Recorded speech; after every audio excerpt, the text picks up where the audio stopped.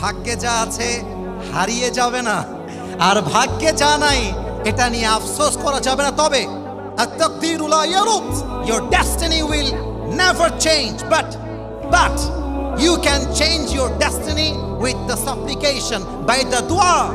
যেই বান্দা দোয়া করতে থাকে, আল্লাহ বলছে বান্দার দোয়ার মাধ্যমে আমি আল্লাহ বান্দার ভাগ্যটাও পরিবর্তন করে দেই। সুবহানাল্লাহ পড়ে। যা কপালে আছে আসবে, আর যা নাই তা আসবে না।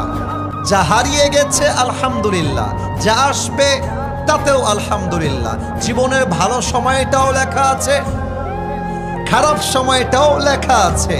মাঝে মাঝে তুমি হতাশ হয়ে যাও, আয় হায় হায় হায় কালকে কি খাবো, কালকে কি হবে, আয় হায় হায় হায় আমার ছেলের কি হবে, আয় হায় হায় হায় আমার মেয়ের বিয়েটা কি আদৌ হবে কিনা, যুবকদের টেনশন আদৌ পরীক্ষায় পাশ করব কিনা, ক্যারিয়ারে ভালো কিছু করতে পারবো কিনা। আরে বেটা, টেনশনের কোনো কারণ নাই।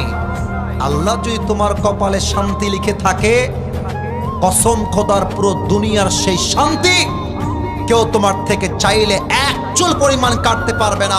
এটার নামই তাকদীরে বিশ্বাস, ঠিক কিনা বলেন? পেছন ফিরে তাকাবা না, সামনের দিকে এগিয়ে যাও, বিজয় তোমার সুনিশ্চিত হয়ে যাবে দিনাজপুরের যুবক ভাইরা। 1 নাম্বার, ড্রিম বিগ, স্বপ্ন বড় করো। 2, যখন তুমি তোমার স্বপ্ন পূরণ করবার জন্য সামনে এগিয়ে যাবা, কখনো এইটা ভাববা না যে যদি আমি হেরে যাই তবে আমার কি হবে।